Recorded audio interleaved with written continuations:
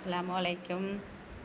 எல்லாம் எப்படி இருக்கீங்க? நல்லா இருக்கீங்களா? என் மகன் எங்கே இருக்கான்னு கேட்டிருக்கீங்க. அவங்க வீட்டுக்காரர் வெளிநாட்டில் இருக்கார். அதனால் எங்கள் வீட்டு கொஞ்சம் தூரம்தான், காலனியில் இருக்குவோ. சரி, பிள்ளைய வச்சுக்கிட்டு இருக்கா, ஒண்டியாக தான் இருக்குது.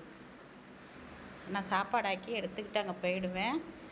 ஒண்டியாக தானே இருக்குது அப்படின்னு சொல்லிட்டு நம்ம சாப்பாடு ஆக்காமல் இருக்க முடியாது. ஆக்கிற இடத்துல கொஞ்சம் சாப்பாடை கொண்டு போய் கொடுத்துருவேன். பிள்ளைய வச்சுக்கிட்டு இருக்கிறனால அவளை நான் செய்ய விட மாட்டேன். இப்பயும் இப்போ சப்பாத்தி போடுறேன். சப்பாத்தி போட்டு கோழி யானை வச்சேன். சரி, சப்பாத்தி கோழி யானமாக கொடுத்து விடலான்ட்டு அவங்களுக்கு எடுத்து கொடுத்து விட்றேன். அவ்வளோதான், நாங்களும் சாப்பிட போகிறோம். சாப்பாடு ஆக்கினாலும் பிள்ளைகளை விட்டுட்டு சாப்பிட முடியாதுல்ல நம்மளால். அதனால் நான் ஆக்க விடுறதில்ல. பிடிச்சிருந்தா லைக் பண்ணுங்கள்.